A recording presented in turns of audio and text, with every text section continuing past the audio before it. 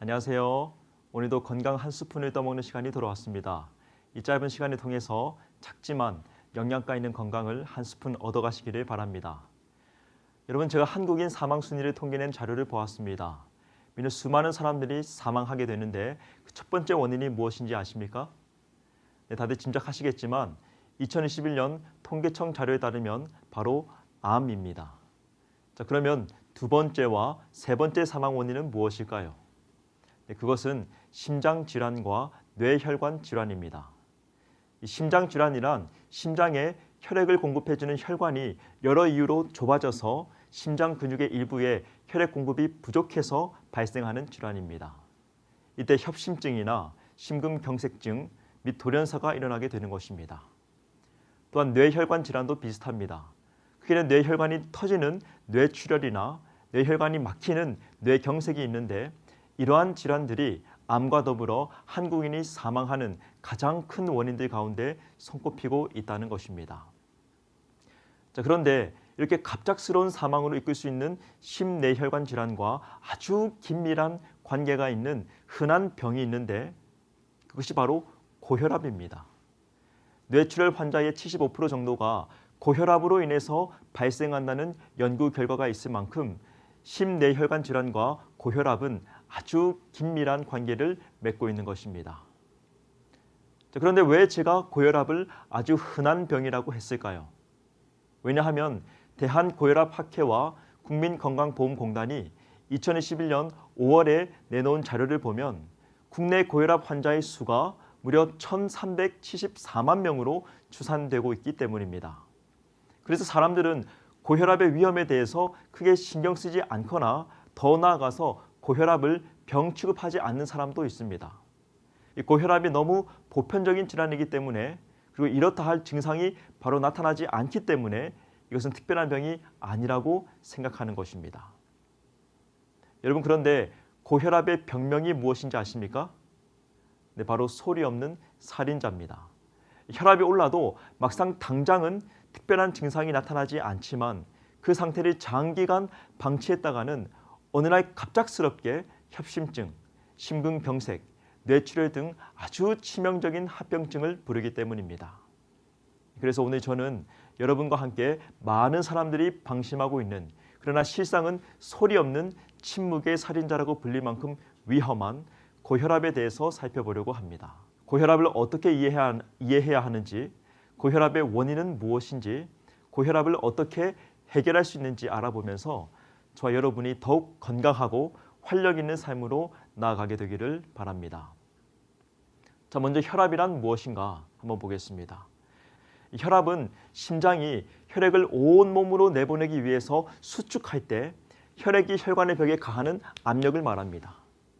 우리가 병원이나 집에서 혈압을 재면 두 가지 숫자가 나오는데요. 높은 것은 심장이 피를 내뿜을 때 걸리는 수축기 혈압이고, 낮은 숫자는 심장이 정맥을 통해서 다시 돌아오는 피를 받아들일 때 걸리는 이완기 혈압입니다. 이 사람의 키나 신체 상황에 따라서 정상 수치가 다 다르겠지만 보통 이 혈압의 수치가 수축기 120에서 130, 이완기 80에서 85를 정상으로 보고 있고, 이 수치보다 일정 수준 이상 높아지면 고혈압, 낮아지면 저혈압이라고 칭합니다. 자, 그런데 이런 혈압을 관리하는 것이 우리 신체에 왜 중요할까요? 잠시 설명을 드리겠습니다.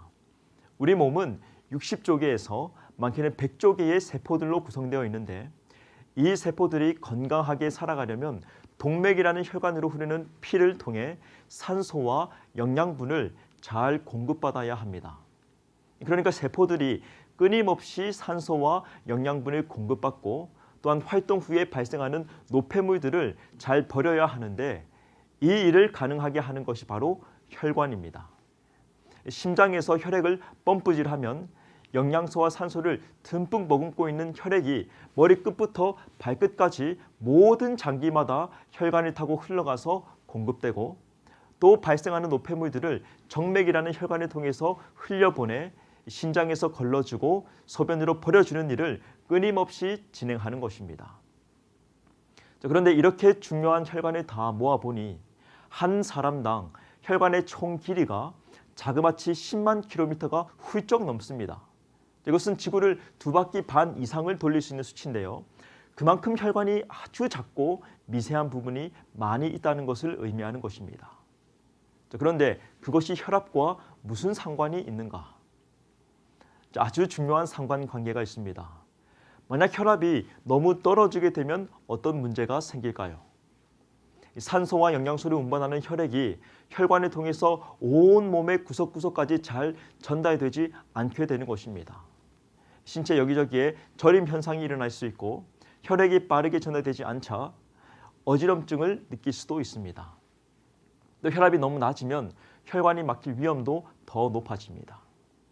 반면에 혈압이 너무 올라가게 되면 혈관의 약한 부분이나 손상된 부분이 터질 수도 있고 뇌출혈과 같은 심각한 질환을 일으킬 수 있게 됩니다. 그래서 우리 몸의 혈압을 적절한 수치로 잘 관리하는 것은 아주 중요합니다. 이제 본격적으로 고혈압에 대해서 살펴보도록 하겠습니다. 아마 이 영상을 보시는 분들 가운데서도 고혈압인 분들이 많이 계실 거라 생각하는데요. 여러분, 고혈압이 무엇입니까? 고혈압은 말 그대로 혈압이 장기간 적정 수치보다 더 올라간 상태를 의미합니다. 심장이 더 강하게 펌프질을 해서 혈액을 세차게 뿜어내는 것입니다. 이런 고혈압은 2가지 종류가 있는데 본태성 고혈압이라 불리는 1차성 고혈압과 2차성 고혈압입니다.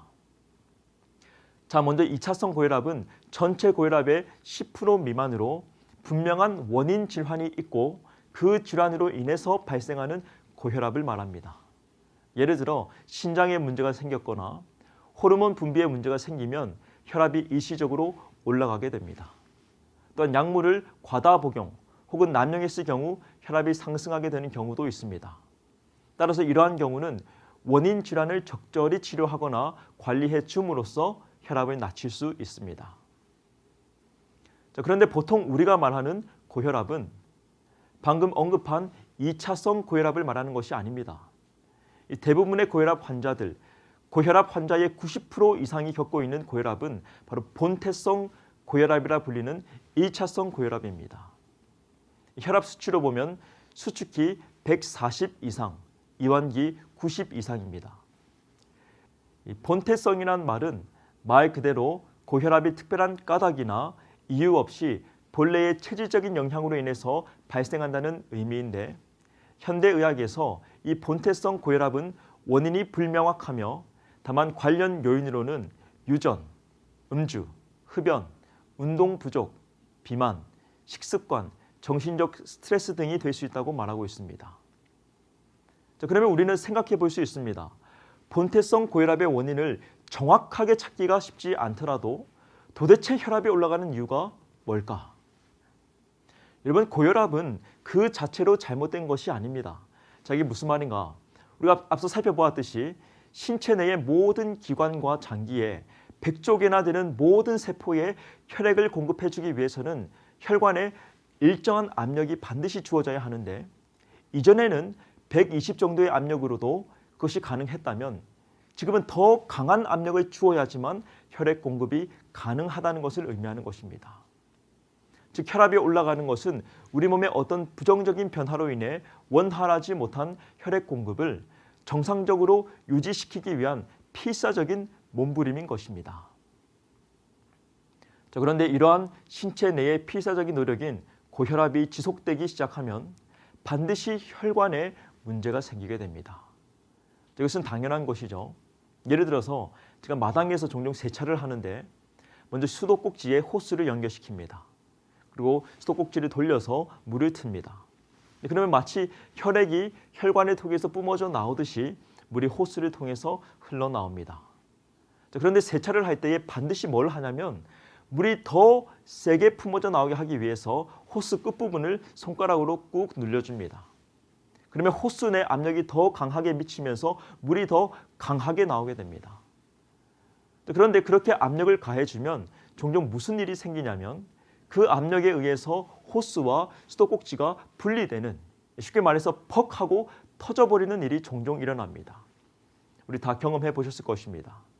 그리고 그런 압력이 계속 가해지면 그 호스 자체도 더 빨리 닳아져 버리는 것은 당연한 사실입니다. 이렇듯 고혈압이 지속되면 반드시 혈관에 문제가 생기게 되는 것입니다. 자, 반대로 고혈압이 생기는 원인은 무엇인가?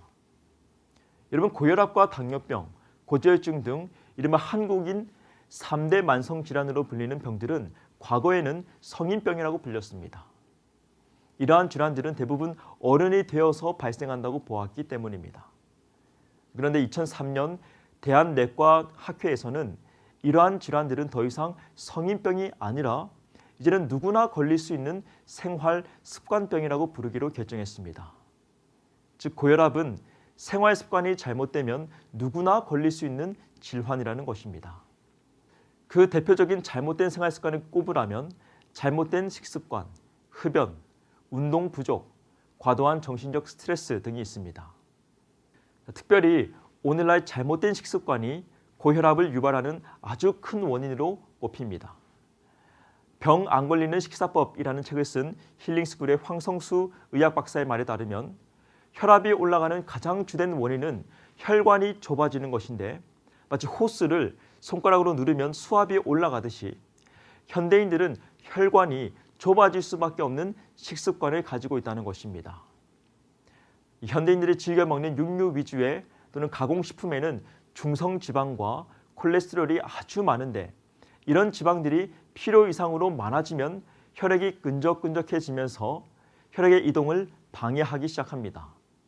또한 콜레스테롤 결정체가 혈관에 상처를 내게 되고 그로 인해 칼슘 등 여러 물질들이 반응을 하면서 혈관에 찌꺼기가 계속 쌓이게 되고 혈관벽이 서서히 좁아지게 됩니다. 결국 이것이 고혈압으로 가는 주된 원인이 된다고 설명하고 있습니다. 왜냐하면 혈관벽이 좁아지면 심장은 더 강한 압력으로 혈액을 뿜어야만 이전처럼 온몸에 혈액을 공급할 수 있기 때문입니다.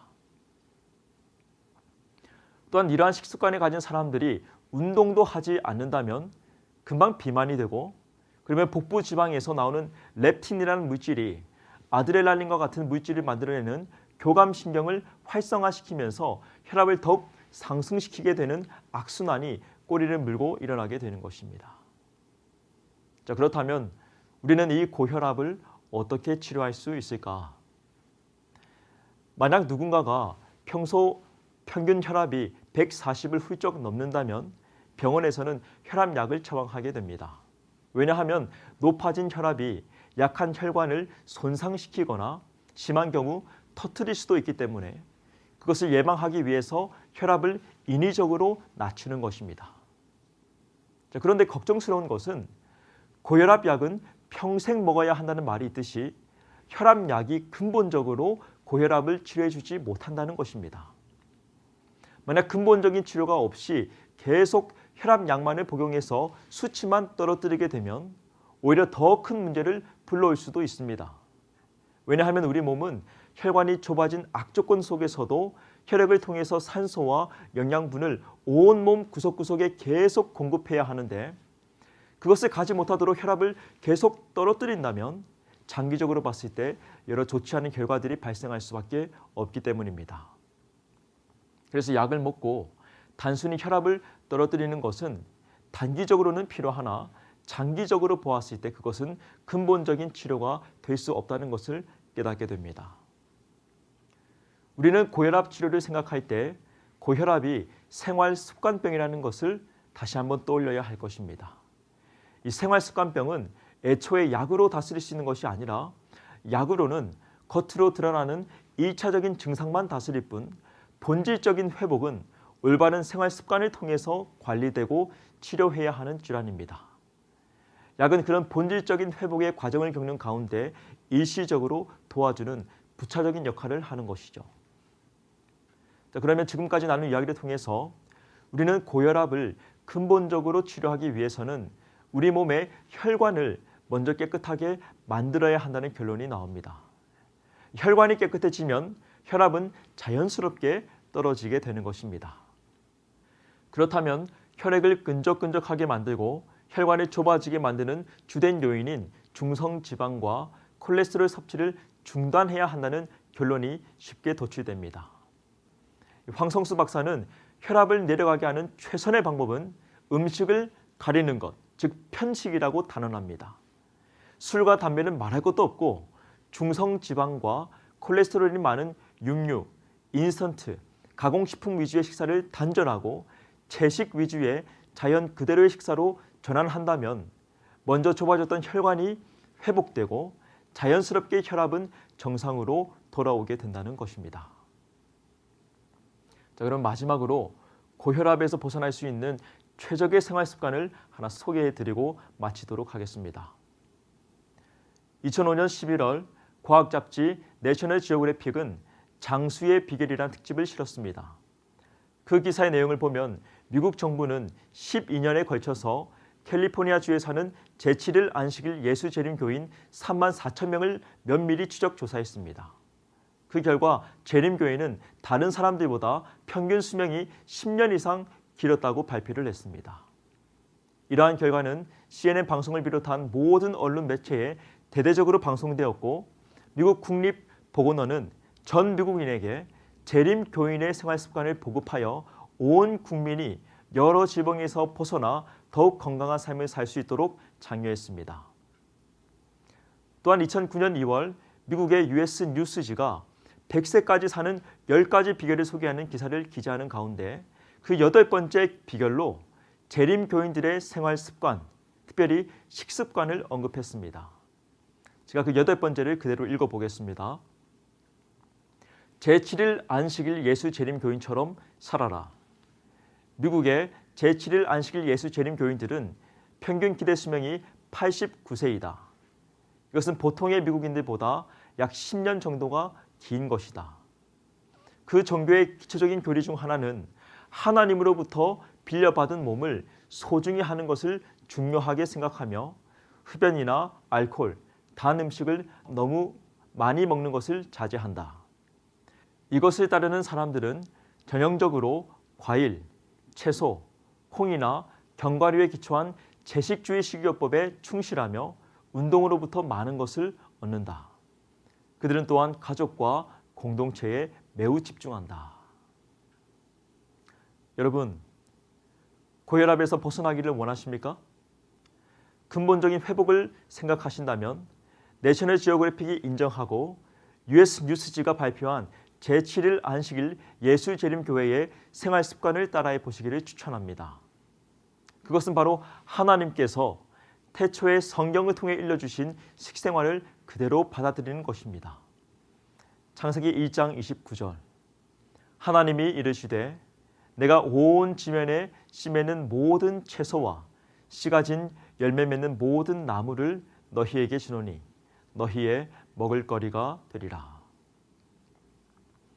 여러분은 오늘 무엇을 먹고 계십니까? 고혈압의 문제는 혈관에서 시작됩니다. 그리고 혈관의 운명은 오늘 우리가 무엇을 먹느냐에 좌우됩니다.